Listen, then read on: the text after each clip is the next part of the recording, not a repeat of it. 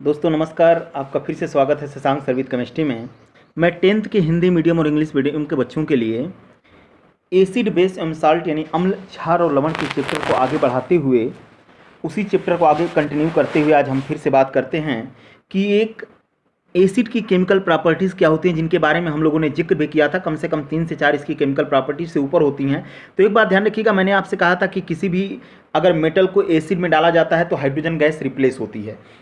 यानी जब कोई धातु अम्ल के साथ अभिक्रिया करता है तो हाइड्रोजन गैस को क्या कर देता है, रिप्लेस कर देता है। उसका एग्जाम्पल मैंने आपको दिया था जिंक के साथ, एक एग्जाम्पल दिया था मैंने आयरन के साथ। अगर उसकी जगह एल्यूमिनियम भी होगा तो वही काम होगा आपका, क्योंकि एल्यूमिनियम रिएक्ट विद H2SO4।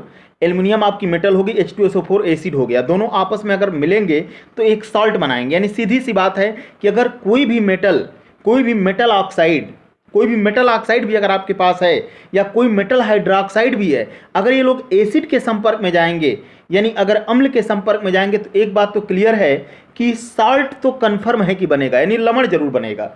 चाहे कोई धातु हो, चाहे कोई धातु ऑक्साइड हो और चाहे कोई धातु हाइड्रोक्साइड हो, अगर ये लोग अम्ल के संपर्क में जाते हैं तो एक बात अपने दिमाग में डाल लीजिएगा कि लवण जो है वो कन्फर्म है कि बनेगा, यानी सॉल्ट बनेगा। और सॉल्ट की सबसे बड़ी पहचान यही होती है कि किसी भी लवण में आपको एक प्लस में दिखाई देगा और दूसरा किस में दिखाई देगा, माइनस में। यानी एक कैटायन होता है और एक क्या होता है, एनायन। क्योंकि विदाउट कैटायन और विदाउट एनायन यानी विदाउट धनायन और विदाउट ऋणायन हम कोई भी सॉल्ट नहीं बना सकते। कोई भी एग्जाम्पल ले सकते हैं आप लोग, चाहे सोडियम कार्बोनेट हो, चाहे सोडियम क्लोराइड हो, चाहे पोटेशियम क्लोराइड हो, कोई भी हो, मैग्नीशियम क्लोराइड हो, आपका फेरस सल्फेट हो, फेरिक सल्फेट हो, कोई भी any type of the salt आपको मिलेंगे जिनमें आपको एक प्लस में और दूसरा किस में दिखाई देगा, माइनस में। सेम इसी तरीके से मैंने बताया था कि अगर कोई भी धातु कार्बोनेट है, अगर उसको अम्ल के संपर्क में ले जाया जाता है तो जाहिर सी बात है कि कार्बन डाइऑक्साइड तो रिमूव होती है, एग्जिट होती है, बाहर निकलती है। लेकिन एक बात ध्यान रखिएगा कि वहां पर भी एक सॉल्ट बन के आएगा। चूंकि धातु कार्बोनेट है, मेटलिक कार्बोनेट है, तो ऑलरेडी ये सॉल्ट है। यानी एक मेटल है तो प्लस में है, कार्बोनेट है तो माइनस में है। मैंने आपसे बताया था कि कार्बोनेट की बैलेंसी जो होती है -2 होती है और कार्बोनेट का फार्मूला CO3 होता है, यानी CO3 -2। और जब वो कोई मेटल के संपर्क में जाता है तो वहां पर मेटालिक कार्बोनेट बनता है, धातु कार्बोनेट बनता है। तो चाहे आपके पास कोई मेटालिक कार्बोनेट हो और चाहे आपके पास कोई मेटालिक बाई कार्बोनेट हो, यानी धातु बाई कार्बोनेट, जहां पर बाई कार्बोनेट आ जाता है वहां पर H लग जाता है। यानी बाई कार्बोनेट की पहचान होती है, जहां पर हाइड्रोजन होता है वहां बाई हो जाता है, तो वहां पर हम कह सकते हैं। और बाई कार्बोनेट का फार्मूला एक्चुअली होता है HCO3, यानी HCO3 को हम लोग बाई कार्बोनेट बोलते हैं और बाई कार्बोनेट की बैलेंसी होती है -1। इसीलिए याद रखिएगा, सोडियम के साथ जब कनेक्ट होता है तो इसका फार्मूला NaHCO3 बन जाता है और सोडियम बाइकार्बोनेट को बेकिंग सोडा कहा जाता है। तो सोडियम बाइकार्बोनेट की अगर आप लोग सल्फ्यूरिक एसिड के साथ रिएक्शन कराते हैं तो एक बात ध्यान रखिएगा, कार्बोनेट जहां होता है वहां पर क्या निकलेगी, कार्बन डाइऑक्साइड। क्योंकि बाइकार्बोनेट में दो चीजें होती हैं, एक होता है वाटर और दूसरा होता है कार्बन डाइऑक्साइड। यानी हम ये कह सकते हैं कि bicarbonate is the combination of the carbon dioxide and the water. दोनों चीजें आपको मिलेंगी इसमें। इसीलिए NaHCO3 plus H2SO4 equal to Na2SO4 plus H2O plus CO2 निकल जाएगा आपका। फर्क है कि रिएक्शन को आपको बैलेंस करना पड़ेगा, क्योंकि जब वहां पर Na2SO4 है यानी सोडियम सल्फेट बन रहा तो इधर आपको 2NaHCO3 करना पड़ेगा, यानी 2NaHCO3 प्लस H2SO4 करके निकालेंगे आप लोग। तो याद रखिएगा आपका जाके बनेगा Na2SO4 plus H2O plus CO2। तो मेरे कहने का मतलब यह है कि कोई भी अगर आपके पास मेटालिक कार्बोनेट हो यानी धातु कार्बोनेट हो या कोई भी धातु बाई कार्बोनेट हो, अगर वो एसिड के संपर्क में जाएगा तो सॉल्ट तो बनाएगा, लेकिन कार्बन डाइऑक्साइड और वाटर निकल जाएंगे।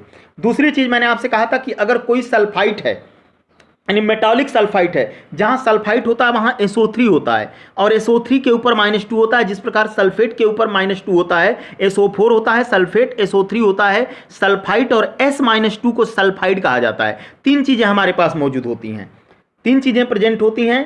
एक होता है सल्फाइड S-2, सल्फाइड को SO3-2 कहा जाता है, और जो हमारे पास सल्फेट होता है उसको हम लोग SO4-2 कहते हैं। यानी तीनों की बैलेंसी -2 होती है।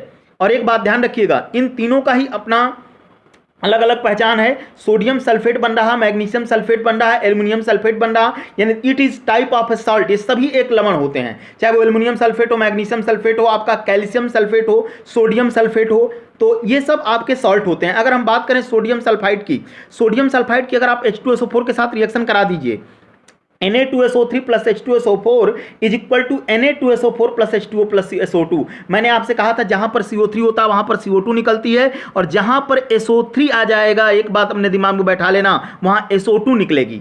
SO2 का मतलब होता है सल्फर डाइऑक्साइड, और मैंने आपसे कहा था कि सल्फर डाइऑक्साइड का जो जलीय विलयन होता है वो किस नेचर में होता है, आपका एसिडिक नेचर में होता है। यानी आपसे पूछा था what is the nature of the sulphur dioxide, it is also find the acidic nature.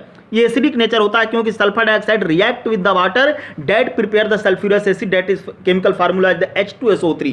H2SO3 बोला जाता है जिस प्रकार से H2SO4 को सल्फ्यूरिक एसिड बोलते हैं। तो मेरे कहने का मतलब यह है कि सोडियम सल्फाइड की अगर आप H2SO4 के साथ रिएक्शन करा दोगे तो आपका बन जाएगा सोडियम सल्फेट, सल्फर डाइऑक्साइड और जल बाहर निकल जाएगा। यानी Na2SO3 plus H2SO4 is equal to Na2SO4 plus H2O plus SO2।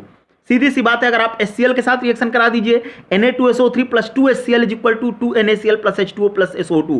यानी मेरे कहने का मतलब यह है कि sodium sulphide react with the hydrochloric acid that prepare the sodium sulphate. Sodium sulphate, और मैंने आपसे कहा था सोडियम सल्फेट, सल्फेट के ऊपर बैलेंसी -2 होती है, सोडियम के ऊपर +1 होता है। सोडियम मैंने आपसे कहा था एक मेटल कैरेक्टर में होता है, it is the more reactive element, it is the more reactive metal in the periodic table. आवर्त सारणी के अंदर एक अच्छा एलिमेंट माना जाता है, और इसकी बैलेंसी कितनी होती है, +1 में होती है। यानी क्योंकि ये इलेक्ट्रॉन को डोनेट करता है अपने आउटर सेल से, और इसके आउटर सेल में एक इलेक्ट्रॉन होते हैं, और जब ये किसी भी नॉन मेटलिक कैरेक्टर वाले के साथ जुड़ता है तो याद रखिएगा वहां पर आयनिक कंपाउंड बनाने की कोशिश करता है ये। क्योंकि आयनिक कंपाउंड इसलिए बनेगा क्योंकि अपना इलेक्ट्रॉन डोनेट करेगा, उधर से इलेक्ट्रॉन को गेन किया जाएगा, तो ये कंडीशन इसके साथ होती है। दूसरी चीज, सोडियम सल्फेट का मैंने सोडियम सल्फाइड का बताया कि अगर हाइड्रोक्लोरिक एसिड के साथ रिएक्शन करा दोगे तो सोडियम सल्फेट और आपका निकल जाएगा, वहां पर भी H2 और SO2 निकल जाएंगे। Na2SO3 plus 2HCl is equal to 2NaCl, यहां पर सोडियम क्लोराइड बनेगा 2NaCl plus H2O plus SO2। यानी जहां पर SO3 होता है वहां पर क्या निकलता है, आपका SO2 निकलता है। और जिस प्रकार से HCO3 को बाइकार्बोनेट बोलते हैं, उसी प्रकार से HSO3-2 बोला जाता है। HSO3 को बोला जाता है बाइसल्फाइड। क्या बोला जाता है इसको, बाइसल्फाइड। और सॉरी, इसकी भी बैलेंसी HSO3 की भी बैलेंसी -1 होती है। जिस प्रकार से HCO3 की बैलेंसी आपकी -1 होती है बाइकार्बोनेट की, बाइसल्फाइड की भी बैलेंसी कितनी होती है, -1 ही होती है। और जहां पर बाइकार्बोनेट में अगर हमारे पास होता है तो वहां पर H2 और CO2 बनते हैं, तो बाइसल्फाइड में SO2 और H2O दोनों बनेंगे। तो जरा ध्यान रखिएगा इन चीजों को, वीडियो को बहुत ध्यान से सुनिएगा, जितना आपको समझ में आता है उसको नोट करके भेजिए, फिर आगे हम इसके ऊपर चर्चा करेंगे। और ध्यान रखिएगा, कोशिश किया करिए क्या बताया जाता है उसको हम एक एक पॉइंट समझें, फिर हम आगे कोशिश करेंगे कि अच्छा से अच्छा आपको दिया जाए। Thank you.